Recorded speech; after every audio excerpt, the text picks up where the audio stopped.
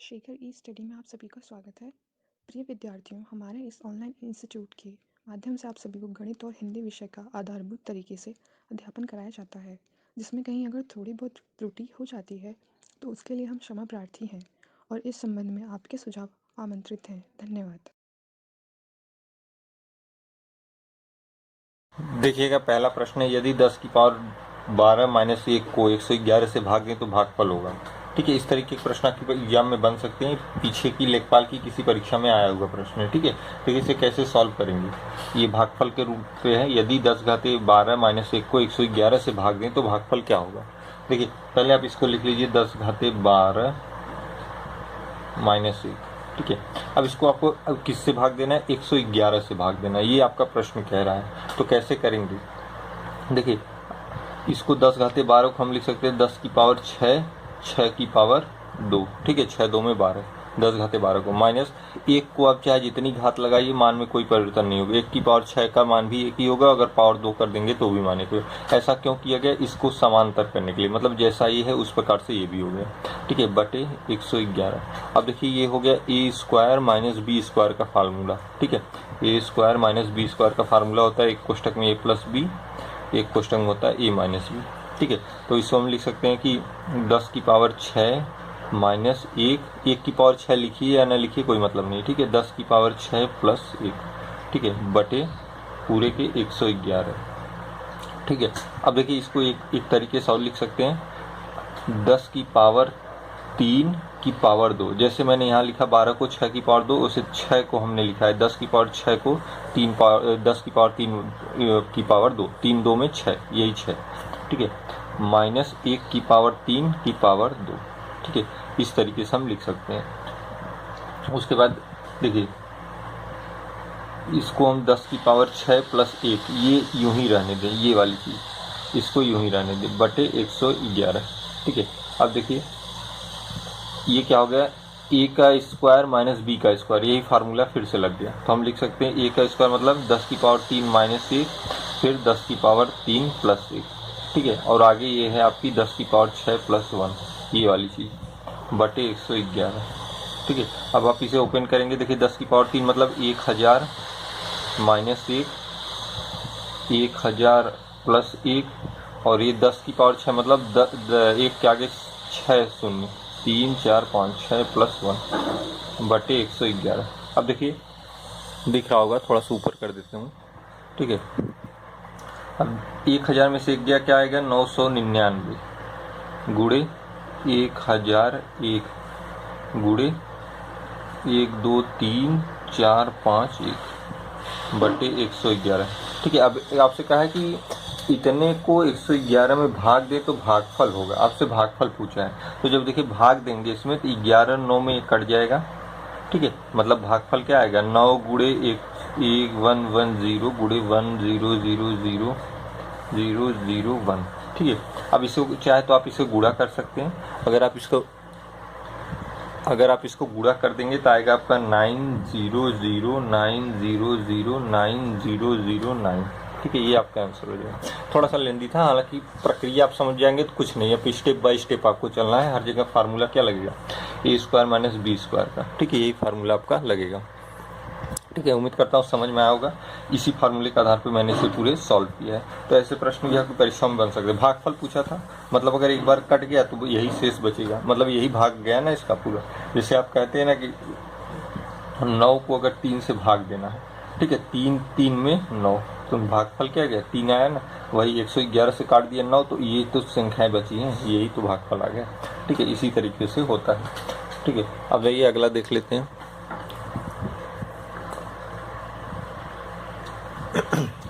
यदि n सम हो तो 6 की पावर n माइनस 1 विभाज्य है। ठीक है, यदि n क्या हो, सम हो, मतलब n का मान अगर सम हो तो ये विभाज्य है।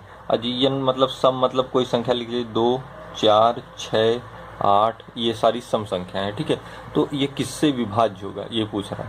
तो 6 की पावर अगर हम 2 लेते हैं, मतलब ये 2 माइनस 1, तो ये होगा 6 में 36 माइनस 1 क्या होगा, 35 हो जाएगा। ठीक है, अगर 4 ले लें तो 6 की पावर 4 माइनस 1, 216 में आप 6 का भाग 6 से गुणा करिए, 6 6 में 36, 6 1 में 6, 7 8 9, 6 2 में 12, 1296 -1, या तो आप इसे लिख सकते हैं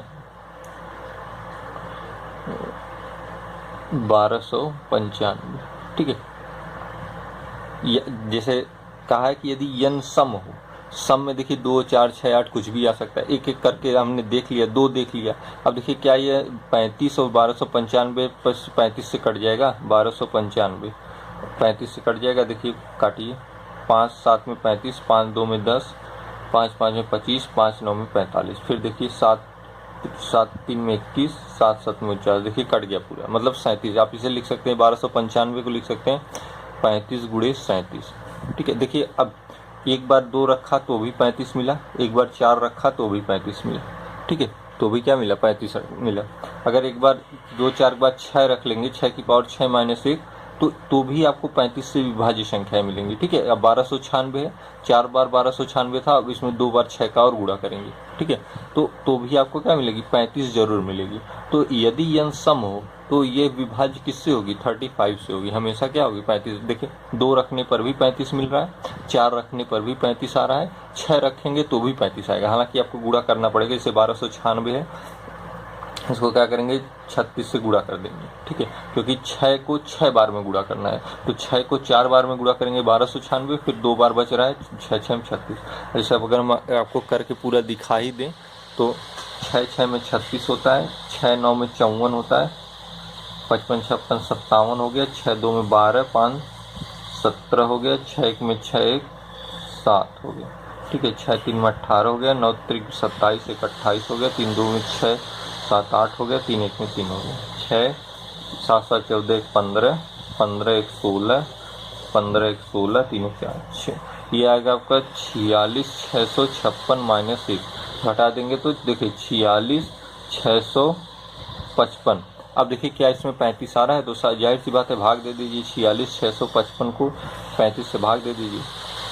5 7 में 35, 5 9 में 45, 5 3 में 15, 5 3 में 15, 5 1 में 5, 7 से कट जाएगा, 7 1 में 7, 8 9, 7 3 में 21, 7 3 में 21, 22 23, 7 3 में 21। देखिए आ गया ना एक। अब ये देखिए अगर आप इसको लिखेंगे तो ये 13 13 13 33। ठीक है, 13 33 गुणे 35 आप लिख सकते हैं। ठीक है, किसी 46 655 को, तो देखिए यहाँ भी 35 आ गया, यहाँ भी 35 आ गया, यहाँ भी 35 आ गया।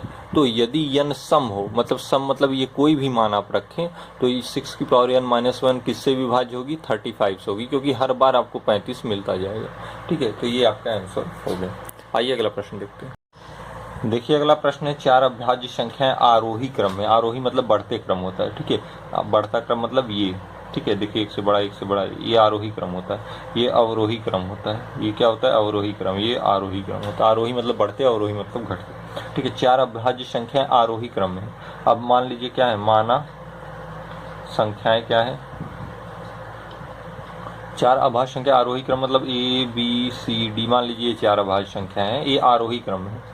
यदि उनके प्रथम 3 का गुणनफल, प्रथम 3 मतलब ए बी सी का गुणनफल क्या है, 455 है, तथा अंतिम 3 का गुणनफल, अंतिम 3 मतलब बी सी डी का गुणनफल 1729 है। ये आपका पहला हो गया, या दूसरा हो गया। तदनुसार सबसे बड़ी तथा सबसे छोटी संख्या, देखिए आरोही मतलब बढ़ते क्रम में है, इसका मतलब सबसे छोटी ए है और सबसे बड़ी डी है, मतलब आपको ए और डी, तदनुसार उसमें सबसे बड़ी अभाज्य संख्या, मतलब आपको डी का मान पूछ रहा है कि डी का मान क्या होगा। क्योंकि देखिए सबसे बड़ी कैसे डी हुई, क्योंकि यहाँ दिया है कि आरोही क्रम है, आरोही मतलब बढ़ते क्रम में, छोटी उससे बड़ी उससे बड़ी उससे बड़ी, सबसे बड़ी क्या है, डी है, वही पूछ रहा है सबसे बड़ी अभाज्य संख्या क्या है, तो डी का मान पूछ रहा है कि डी बराबर वाट, डी बराबर, यही आपसे पूछ रहा है। तो देखिए इनमें भाग दे देंगे, जब भाग देंगे तो बी सी कट जाएगा, बचेगा ए अपॉन डी बराबर 455 बटे 1729। ठीक है, अब देखिए 7 से कट जाएगा, 7 2 में 14, 7 4 में 28, 7 7 में 49, 7 6 में 42, 7 5 में 35। ठीक है, फिर कट जाएगा। अब ये शायद ना कटे। ठीक है 247, 65 बटे 247, ठीक। अब ये 13 से कट जाएगा, ठीक है 13 5 में 65, 13 1 में 13, 7 8 4 12, 13 9 117, ठीक है 9 3 27, 9 1 9, 10 11, ठीक है। तो आगे आपका a बटे बी, a बटे डी बराबर 5 बटे 19, ठीक है। तो आपसे पूछा है कि सबसे बड़ी अभाज्य संख्या क्या है, तो सबसे बड़ी अभाज्य संख्या क्या है 19 है, ठीक है। ये आपका आंसर हो गया। सबसे छोटी पूछता तो क्या होता है 5 होता है, सबसे बड़ी 19 है, क्योंकि डी का मान ही पूछा है आपको, डी का मान क्या आएगा 19 आ गया, ठीक है। इस तरीके से प्रश्नों को सॉल्व करते हैं। ऐसे प्रश्न तार्किक होते हैं, ये आपकी परीक्षाओं में बनते हैं, ठीक है। वह सबसे बड़ी संख्या ज्ञात करें जो n की पावर 3 माइनस 1 n और ब्रैकेट में n माइनस 2 के रूप वाली प्रत्येक संख्या को पूर्णतः विभाजित करेगी, जहाँ n कोई 2 से बड़ी प्राकृतिक संख्या है, ठीक है। अब ये भी आपसे पूछा जा सकता है, इसको समझ में आ गया होगा मैं उम्मीद करता हूँ।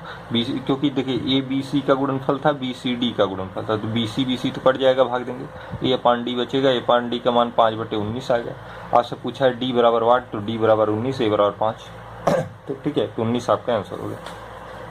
वह सबसे बड़ी संख्या ज्ञात करें जो n की पावर 3 माइनस 1 n माइनस 2 के रूप वाली प्रत्येक संख्या को पूर्णतः विभाजित करेगी, जहाँ n कोई 2 से बड़ी प्राकृतिक संख्या है। n 2 से बड़ी है, ठीक है, n 2 से बड़ी है, तो मान लीजिए n का मान 3 रख लीजिए एक बार, ठीक है। 2 से बड़ी की बात किया है तो 3 रख के देख लीजिए। इसमें जब n बराबर 3 रखेंगे तो ये आपका समीकरण है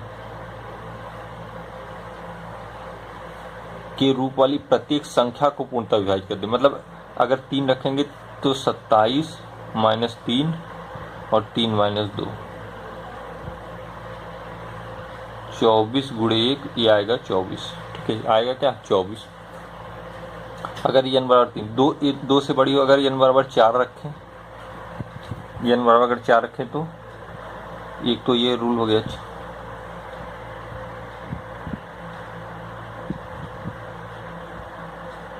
4 रखेंगे, देखिए n का क्यूब करेंगे तो 256 माइनस, और यहाँ पे 4 माइनस 2, ठीक है। 256 में से 4 गया तो क्या 252 गुणे 2, ठीक है। अब देखिए 24 इसमें भी आना चाहिए, काटिए इसको,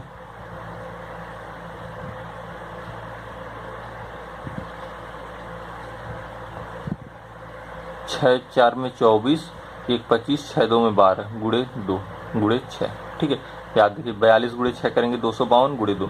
अब देखिए फिर 6 यहाँ 2 से फिर कट जाएगा, ये 2 2 में 4, 2 1 कम 2, 2 गुणे 2 गुणे 6, देखिए 2 2 4, 4 और 6 24 हो गए, ठीक है।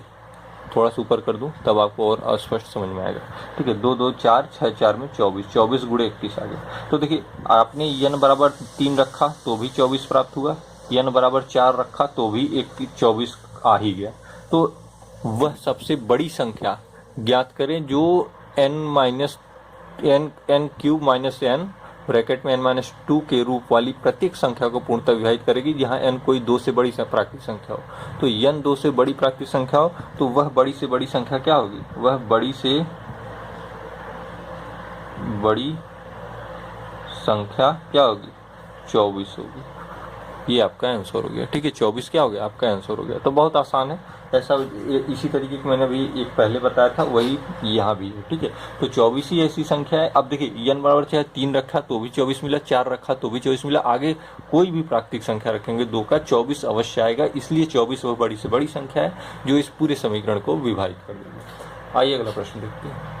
देखिएगा अगला प्रश्न है आपका, यदि एक सीरीज दी हुई है जिसका मान 30 25 हो तो इसका मान आपसे पूछ रहा है, ठीक है। ऐसे प्रश्न भी आपकी परीक्षाओं में पूछे जा सकते हैं। बहुत आसान सा है, दिया है a का क्यूब प्लस 2 का क्यूब प्लस 3 का cube plus dash dash dash plus 10 का क्यूब बराबर 30 25, ठीक है। तो पूछ क्या रहा है 2 का क्यूब प्लस 4 का क्यूब प्लस 6 का cube plus dash dash dash plus 20 का क्यूब बराबर वाट, ठीक है। इसमें देखिए एक 2 का क्यूब सब में है, 2 का क्यूब कॉमन ले लेंगे तो यहाँ आएगा 1 का क्यूब, यहाँ आएगा 2 का क्यूब, यहाँ आएगा 3 का cube plus dash dash dash 10 का क्यूब, ठीक है। अब देखिए क्यों, क्योंकि देखिए 2 1 में 2, 2 2 में 4, 2 3 में 6, 2 10 में 20, ठीक है। अब देखिए इसका मान दिया हुआ है क्या 30 25, 2 का क्यूब गुणे 30 25, 2 का क्यूब क्या होता है 2 2 4 2 8, 8 गुणे 30 25, गुणा कर देंगे 8 5 में 40, 8 2 में 16, 4 20, 2 8 3 में 24, 24 200 इसका आंसर हो जाएगा। ठीक है, बहुत सिंपल था, ये मान दिया था, इसी में ये मान रखना था, बस कॉमन आप ले लीजिए, आपका आंसर आ जाएगा। ठीक है, ऐसे प्रश्न भी आ सकते हैं। 4 की पावर 61 धन 4 की पावर 62 धन 4 की पावर 63 धन 4 की पावर 64 निम्न से किस संख्या से पूर्णतः विभाजित होगी। यहाँ की यहाँ विकल्प देना चाहिए था, मैंने नहीं दिया है। ठीक है, तो चूंकि बगैर विकल्प के आप देखेंगे तो थोड़ा लगाने में, और आप 4 की पावर 63 धन 4 की पावर 64, ठीक है, ये है। देखिए 4 की पावर 61 इसमें है, 4 की पावर 61 इसमें भी है, 4 की पावर 61 इसमें भी है, 4 की पावर 61 इसमें भी है। क्यों ना इसको कॉमन ले लें। यहाँ से बचेगा 1, यहाँ से क्या बचेगा 4, यहाँ से क्या बचेगा 4 की पावर 2, यहाँ से क्या बचेगा 4 की पावर 3। ठीक है, तो देखिए ये बचा 4 की पावर 61, 4 की पावर 61 हमने कॉमन लिया था 1, यहाँ पे इसका मान 4, यहाँ का मान 16, यहाँ का मान 64। ठीक है, 4 की पावर 61, अब देखिए 4 की पावर 61 में देखिए 16 4 में 20, 20 और 64, 74 10 84 1 85। ठीक है, 4 की पावर 61 गुणे 85। अब देखिए किससे ये पूर्णतः विभाजित होगी। तो देखिए अगर हम 4 की पावर 60 गुणे 4, 1 4 हमने बाहर निकाल दिया, 4 की पावर 60 हो गई गुणे 85। ठीक है, अब 4 का गुणा इसमें कर दीजिए, 4 की पावर 60 गुणे 5 4 में 20, 8 4 में 32, 35 34। ठीक है, अब देखिए यहाँ पे 0 मिल गया। जब 0 मिल गया तो ये पूर्णतः किससे विभाजित होगी। आप कह सकते हैं 0 मिल गया तो 10 से पूर्णतः विभाजित हो जाएगी, 10 से पूर्णतया विभाज्य होगी। 5 से भी हो सकती है, 0 है तो 5 से भी हो सकता है, 10 से भी हो सकता है। हालांकि विकल्प में जो आपको दिया रहेगा 5 या 10, उस तरीके से आप करेंगे। ठीक है, तो यह किससे विभाजित होगी, 10 से पूर्णतः विभाजित होगी, विभाज्य। और ये ध्यान रखिएगा 0 आता है तो विभाज्यता का नियम है 5 से भी विभाजित होगी, क्योंकि 5 से भी भाग देने पर 0 आता है लास्ट में। ठीक है, तो इस चीज़ को ध्यान रखेंगे। तो यहाँ पे आपका क्वेश्चन पूरा समाप्त होता है। जितने विविध प्रश्न थे मैंने बताया है। फिर अगले पार्ट में हम कुछ और विविध प्रश्नों की चर्चा करेंगे और आपका पूरा टॉपिक समाप्त हो जाएगा।